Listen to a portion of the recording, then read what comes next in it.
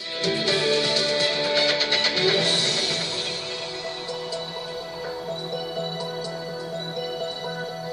afternoon from Moscow. You're watching RT International live with me, Daniel Hawkins. Welcome to today's programme. Well, the Syrian government has accepted the ceasefire deal brokered by Russia and the US, with a cessation of hostilities to take effect from Saturday. The agreement's been met with a good dose of scepticism, however. Many media outlets carried headlines expressing doubt whether the ceasefire would actually work out as planned. It was reached after months of tough negotiations to bring peace to a country that's endured nearly 5 decades of conflict.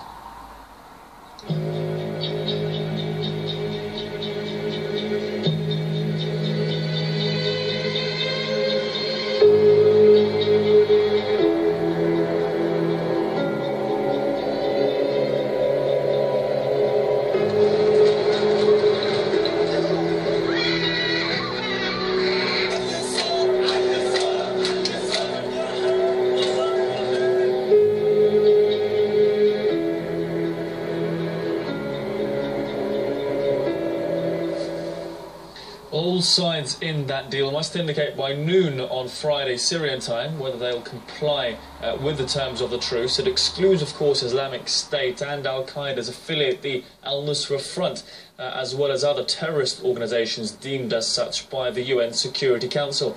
Russia, Syria and the United States will continue their airstrikes against those groups.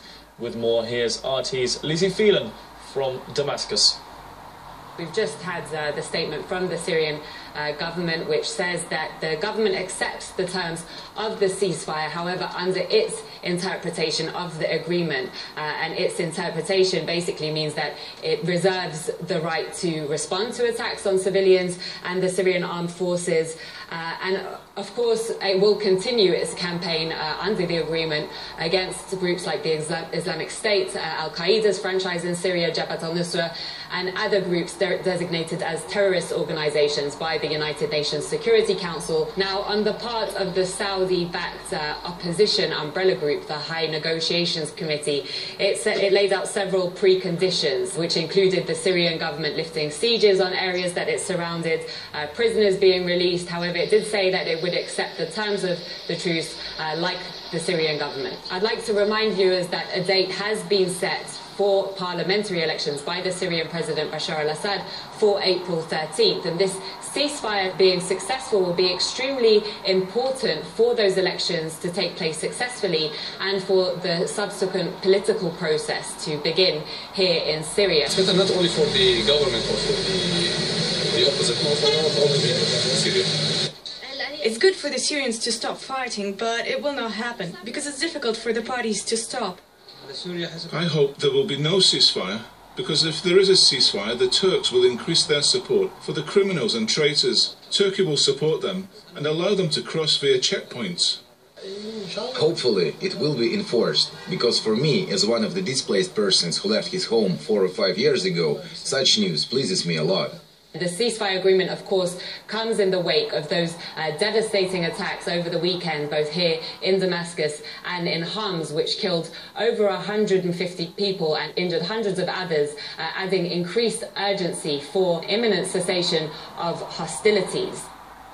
The US Secretary of State heralded the deal, calling it a moment of promise. He also thanked Moscow and other members of the Syria support group for their commitment to diplomacy, while President Putin praised the joint efforts of Russia and the US in reaching that truce.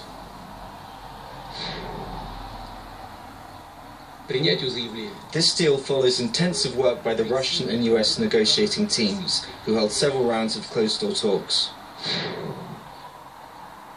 Russia will work with the legitimate government of Syria, and we expect the Americans to do the same with their allies and with the groups that they support.